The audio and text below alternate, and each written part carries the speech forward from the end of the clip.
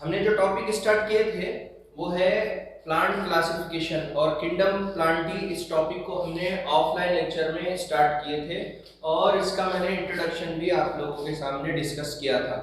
क्या था इंट्रोडक्शन में हमने पॉइंट्स देखे थे, जैसे कि बहुत सारे ऑर्गेनिजम्स है, बहुत सारे ऐसे फॉर्म है लाइफ के जिनके सेल में सेल वॉल प्रेजेंट होती है। इन टाइप के जितने भी ऑर्गेनिज्म जिनमें सेल वॉल प्रेजेंट होती है उनको हमने किंगडम प्लांटी में रखा था अर्लीस्ट टाइप के क्लासिफिकेशन में। लेकिन बाद में जैसे जैसे हमको माइक्रोस्कोपिक स्टडी का डेवलपमेंट हुआ, फाइलोजेनिक डेवलपमेंट हुआ, फाइलोजेनिक स्टडीज में डेवलपमेंट हुआ, उस बेसिस पे हमने फिर उन पर्टिकुलर ऑर्गेनिज्म को वहां से रिमूव करके बहुत सारे ऑर्गेनिज्म को हमने बैक्टीरियल ग्रुप में डाला, बहुत सारे ऑर्गेनिज्म को हमने प्रोटिस्टियंस में डाला और एक सेपरेट ग्रुप हमने किंगडम प्लांटी का यहाँ पर रखा है। 5 किंगडम क्लासिफिकेशन के हिसाब से, आर.एच. वाइटाकर के हिसाब से यहाँ पर 5 किंगडम क्लासिफिकेशन में किंगडम प्लांटी एक सेपरेट टाइप का क्लासिफिकेशन है। मैंने बेसिक क्लासिफिकेशन में प्लांट्स के जो ग्रुप बताया था उसमें था अलगी, ब्रायोफाइट, टेरिडोफाइट, जिम्नोस्पर्म और एंजियोस्पर्म। तो उसी के कड़ी को हम कंटिन्यू करते हुए पहले नंबर पे अलगी के बारे में डिस्क्रिप्शन यहाँ पर मैं डिटेल में डिस्कस करूंगा। और अलगी के लिए मैंने 4 लेक्चर रिकॉर्ड करना है, जिसमें ये पहला लेक्चर है आज का जो कि इंट्रोडक्टरी लेक्चर है अकॉर्डिंग टू एनसीईआरटी। इस लेक्चर की खास बात ये है कि इस लेक्चर को जो आपको पॉइंट ऑफ व्यू से देखना है वो कुछ इस तरीके से है कि सबसे पहले मैंने इस टॉपिक को 5 पार्ट में डिवाइड किया है।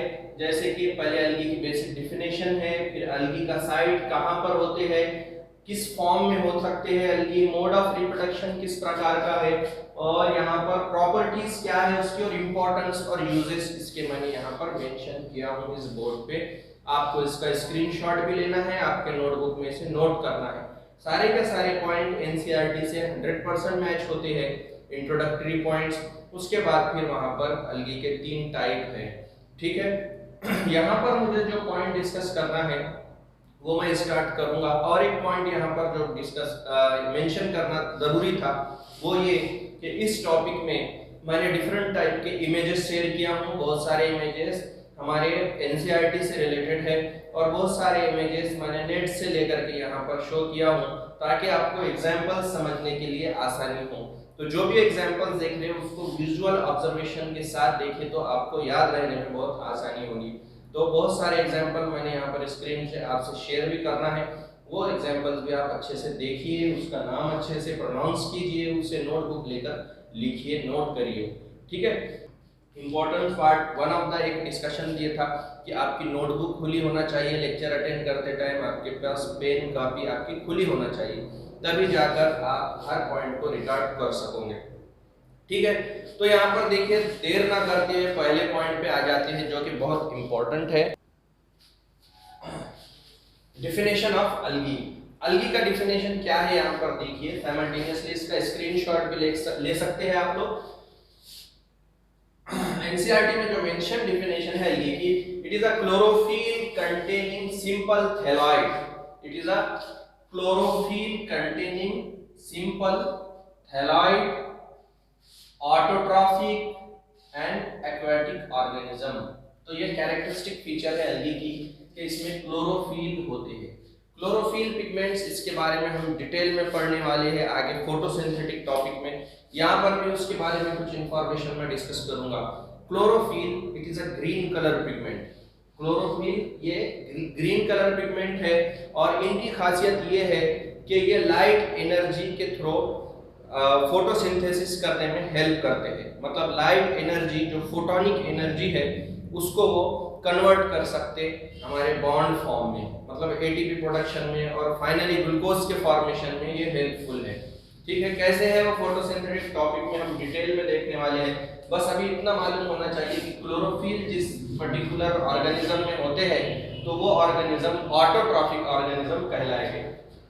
थैलॉइड्स is the unspecified plant body, मतलब प्लांट की ऐसी स्ट्रक्चर जिसमें रूट, स्टेम, लीफ स्पेसिफाइड नहीं है। मतलब जैसे हम अगर हायर एंजियोस्पर्मिक और जिम्नोस्पर्मिक प्लांट्स को अगर हम लोग देखेंगे तो वहां पर क्या रहता है, स्टेम, रूट, लीफ ये प्रॉपर हमको दिखाई देते हैं।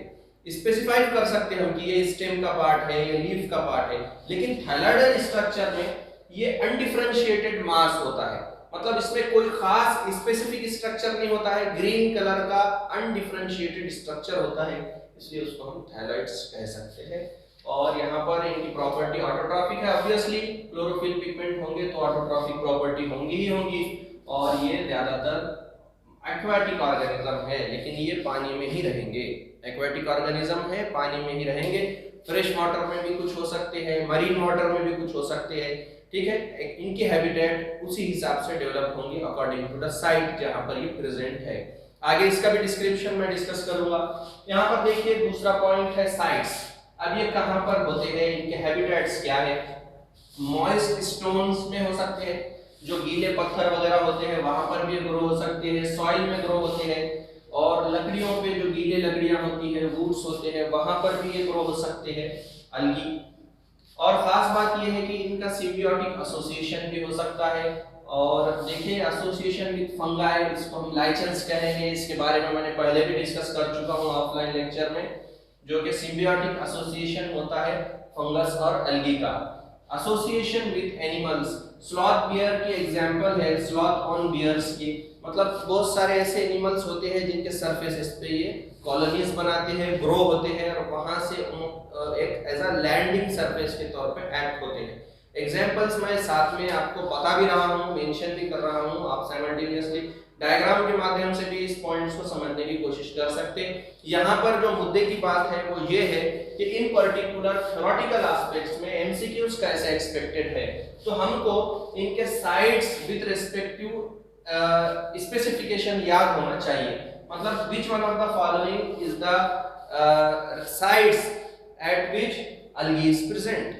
algae ज्यादातर कौन से साइट्स पे होती है, मेंशन डिफरेंट साइट्स होंगे, तो एनसीईआरटी के हिसाब से जो मेंशन साइट है वहां पर ऑप्शन में होना चाहिए, मल्टीपल ऑप्शन में होंगे, और नीचे फिर उसके मल्टीपल स्टेटमेंट्स में होंगे, और नीचे ऑप्शन होंगे 1 और 2 करेक्ट, 2 और 5 करेक्ट, 2 और 3 करेक्ट, व्हाटएवर जो भी होगा क्वेश्चन का टाइप, आपको स्पेसिफिक इंफॉर्मेशन मालूम होना जरूरी है, जो कि एनसीईआरटी के अकॉर्डिंग है।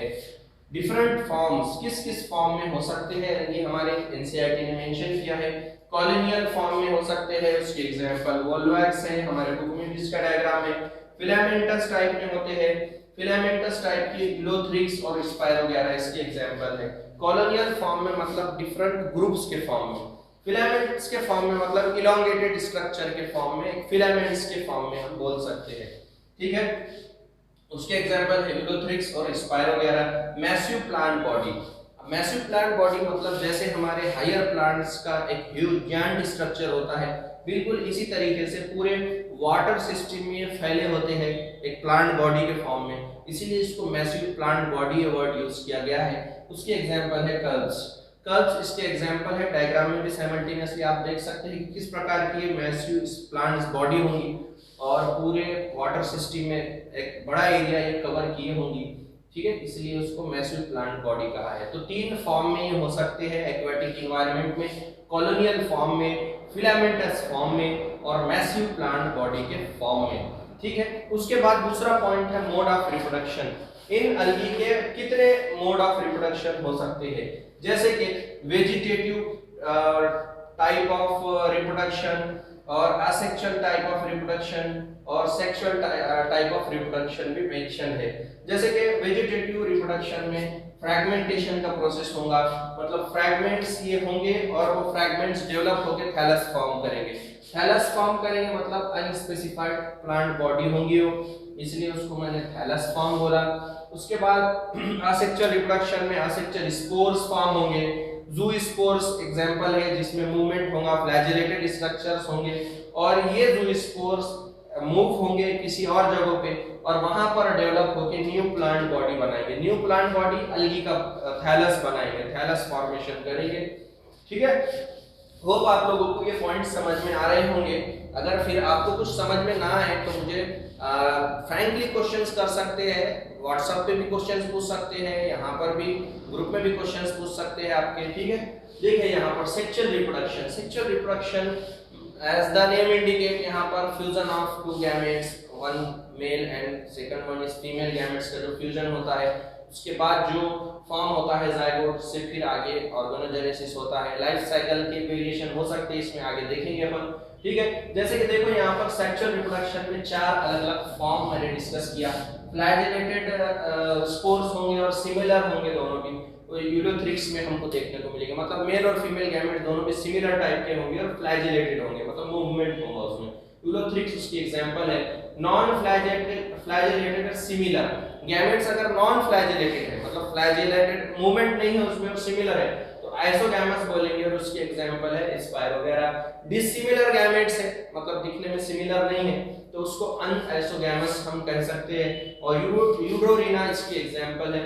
और last one large female gametes के लार्ज होगा और इसकी खासियत ये होगी कि नॉन मोटाइल होगा, और मेल गैमेट्स स्मॉल होंगे और इनकी खासियत ये होगी कि मोटाइल होंगे, मतलब फ्लैजेलेटेड होंगे, इसमें मूवमेंट होगा, ज़ूप्लैंक्टन लाइक प्रॉपर्टी होगी।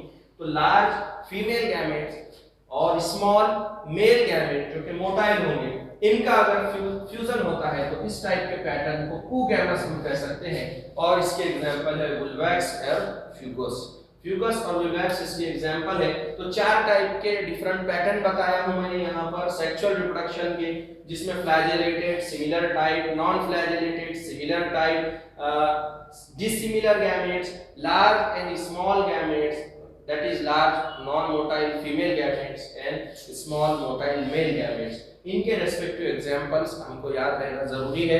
क्वेश्चन जो बनेगा मैच द करेक्ट पेयर का एक क्वेश्चन बन सकता है, which one of the following is the correct example related to specific organism। Different form में डिफरेंट टाइप के क्वेश्चंस पूछ सकते हैं। इसी लेक्चर के लास्ट में मैं एक स्क्रीनशॉट शेयर करूंगा, आपको एक इमेज शेयर करूंगा, उसमें कुछ एमसीक्यूज होंगे, वो एमसीक्यूज आपको केयरफुली देखना है और उसके मुझे आंसर्स मेंशन करना है ग्रुप में और मैसेज के फॉर्म में। ठीक है, प्रॉपर्टीज 14 पॉइंट है रिप्रोडक्शन के बाद प्रॉपर्टीज। तो इसके कुछ प्रॉपर्टीज है, कुछ कैरेक्टरिस्टिक फीचर है, कुछ खास पॉइंट है इसके, जैसे कि ये पैरामाउंट सब्सटेंस है। पैरामाउंट सब्सटेंस हम किसको बोलेंगे, मतलब ये कि ये एक्वेटिक एनिमल्स में फूड साइकिल को और फूड चेन को मेंटेन करने में प्राइमरी रोल प्ले करेगा। मतलब जो फूड की रिक्वायरमेंट है एनिमल की, उनकी मेजर जो रिक्वायरमेंट पूरी होंगी वो हमारे अलगीज से होंगी। यहाँ पर पॉइंट है mention primary role in aquatic food cycle, मतलब जो एक्वेटिक फूड साइकिल है, एक्वेटिक ऑर्गेनिजम्स में जो फूड का चेन है उसमें बहुत इंपॉर्टेंट रोल प्ले करता है ये अलगी। ऑब्वियसली ये ऑटोट्रॉफिक ऑर्गेनिज्म है, तो सनलाइट से जो एनर्जी है उसको प्रिपेयर करेगा फूड के फॉर्म में, केमिकली स्टोर्ड फॉर्म में हमारा अलगी। तो एक्वेटिक एनिमल्स के लिए बहुत इंपॉर्टेंट फूड का सोर्स ये साबित होगा। ठीक है, उसके बाद दूसरा पॉइंट है half of total CO2 fixation on earth is carried out by algae. बड़ा ही इंपॉर्टेंट और स्टार पॉइंट है, बच्चों का इसमें ज्यादा दिमाग नहीं जाता, हमको ये समझ में आता कि किंगडम प्लांट में जो हायर प्लांट्स है उनका ही बहुत इंपॉर्टेंट रोल है, ऐसा नहीं है। 50% अलगी का इंपॉर्टेंट रोल है यहाँ पर कार्बन डाइऑक्साइड फिक्सेशन करने में, और ये एनसीईआरटी में मेंशन पॉइंट है और स्टार पॉइंट मैं इसको कंसीडर करूंगा, इंपॉर्टेंट पॉइंट है। बच्चे कंफ्यूज हो सकते हैं एग्जाम के टाइम पे, इसलिए पॉइंट हर बच्चे को याद रखना जरूरी है। और लास्ट पॉइंट यहाँ पर मैं अलगी के इंट्रोडक्शन में जो मेंशन कर रहा हूँ वो है यूजेस एंड इंपॉर्टेंस ऑफ अलगी। अलगी के कमर्शियल क्या यूज हो सकते हैं, ह्यूमन लाइफ में ये क्या यूज में आ सकता है, तो यहाँ पर एज अ फूड सोर्स भी हम अलगी को यूज कर सकते हैं। उसमें एग्जांपल दिया है लैमिनारिया और सर्गेजम का। उसके बाद हाइड्रोकोलाइट सोर्स, हाइड्रोकोलाइट सोर्स मतलब वाटर होल्डिंग सब्सटेंसेस, ऐसे सब्सटेंसेस जो वाटर को होल्ड करके रखते हैं, उसके साथ साथ जिंक और दूसरे आयंस वगैरह को होल्ड करके रख सकते हैं, जिसका इंडस्ट्रियल पॉइंट ऑफ व्यू से भी बड़ा इंपॉर्टेंट यूज है, और एक्वेटिक लाइफ में भी हाइड्रोकोलाइट्स का बड़ा इंपॉर्टेंट रोल होता है। ठीक है, उसके एग्जांपल में अल्जीन ब्राउन अलगी उसके एग्जांपल है, और कैरेग्रीन जो कि रेड अलगी की एग्जांपल है यहाँ पर जो मेंशन किया है एज अ हाइड्रोकोलाइट सोर्स के माध्यम से। और थर्ड पॉइंट है अगार। अगार, ये जो अगार का सोर्स है वो है जेरेडियम और ग्रेसिलारिया। जेरेडियम और ग्लेसिलारिया से हमें अगार मिलता है, और आप लोगों को पता होना चाहिए, आगे हम पढ़ने भी वाले हैं बायोटेक्नोलॉजिकल एप्लीकेशन में, कि ये अगार जो कि सी से मिलने वाले वीड्स है और सी अलगी है, जिसका बहुत इंपॉर्टेंट रोल होता है एज अ न्यूट्रिएंट मीडियम। जो हम बैक्टीरियल कल्चर करते हैं उनके लिए एज अ न्यूट्रिएंट मीडियम में अगार एक्ट हो सकता है। और एनसीईआरटी में ये भी मेंशन किया हुआ पॉइंट है कि आइसक्रीम प्रोडक्शन में और आइसक्रीम के फॉर्मेशन में भी इस अगार का बड़ा इंपॉर्टेंट रोल होता है। ठीक है, उसके बाद लास्ट पॉइंट है यहाँ पर एप्लीकेशन इंपॉर्टेंस में food supplement. As a food supplement भी हमें अलगी यूज कर सकते हैं, जैसा कि क्लोरेला उसके एग्जांपल है जो कि इंपॉर्टेंट है, हाई प्रोटीन कंटेनिंग सब्सटेंस है, जो बहुत ज्यादा जो स्पेस ट्रैवलर है उनके लिए ये बहुत इंपॉर्टेंट होता है एज अ फूड सप्लीमेंट। ठीक है, तो यहाँ पर मैंने आज जो पॉइंट आपको इस लेक्चर में डिस्कस किया हूँ वो है डिफिनेशन ऑफ अलगी, अलगी के डिफरेंट हैबिटेट, साइट कहाँ पर होते हैं अलगी, और अलगी के डिफरेंट फॉर्म्स मैंने डिस्कस किया, अलगी का मोड ऑफ रिप्रोडक्शन डिस्कस किया, उसके बाद properties of algae and uses of algae. इन 5 पॉइंट के माध्यम से आज का लेक्चर मैंने आपसे डिस्कस किया हूँ। अब अपकमिंग लेक्चर्स में जो अलगी के डिफरेंट टाइप है, रेड अलगी, ब्राउन अलगी और ग्रीन अलगी, तो उसको मैं मेंशन करूंगा 1 बाय 1, एक एक टाइप को हम डिस्कस करते जाएंगे और 3 लेक्चर उसके लिए देंगे हम। तो टोटल 4 लेक्चर अलगी के लिए मैंने बनाना था जो कि अकॉर्डिंग टू एनसीईआरटी जाना चाहिए। तो एनसीईआरटी का बुक इस लेक्चर को अटेंड करने के बाद हर बच्चे ने आपके बुक से इसे रीड करना जरूरी है, मेडिक्स लंच क्लासेस के नोट्स भी रीड करना जरूरी है, और उसके साथ साथ एमसीक्यू सॉल्व करना हर बच्चे के लिए कंपलसरी है। यहाँ पर स्क्रीन पे मैं कुछ एमसीक्यूज शेयर कर रहा हूँ, वो स्क्रीन के एमसीक्यूज आपने केयरफुली देखना है और इसको रुका कर वीडियो को पॉज करके पूरे एमसीक्यूज आपने ऑब्जर्व करना है और उसके आंसर मेंशन करना है मुझे ग्रुप में। ठीक है, तो होप आप लोगों को ये पॉइंट समझ गए होंगे आज के। अगर आपको फिर भी कोई डाउट हो तो मुझे आप क्वेश्चंस कर सकते हैं। अगर मैक्सिमम नंबर ऑफ क्वेश्चंस बहुत ज्यादा कंसीडरेबल टाइप के होंगे तो उन क्वेश्चंस पे भी मैं एक वीडियो रिकॉर्ड करने की कोशिश करूंगा। ठीक है, तो पढ़ाई करिए, घर पे रहिए, सेफ रहिए, रमजान का भी सीजन है तो उसमें एंजॉय कीजिए डिफरेंट टाइप के फूड्स को, और याद रखिए हमको आपके दुआओं में, और साथ में पढ़ाई भी करिए और अच्छे रैंक की उम्मीद के साथ सेल्फ स्टडी ज़्यादा से ज़्यादा करने की हर बच्चे ने कोशिश करना चाहिए। अगर कोई डाउट हो फिर एक बार कह रहा हूँ कि मुझसे शेयर करिए। ठीक है।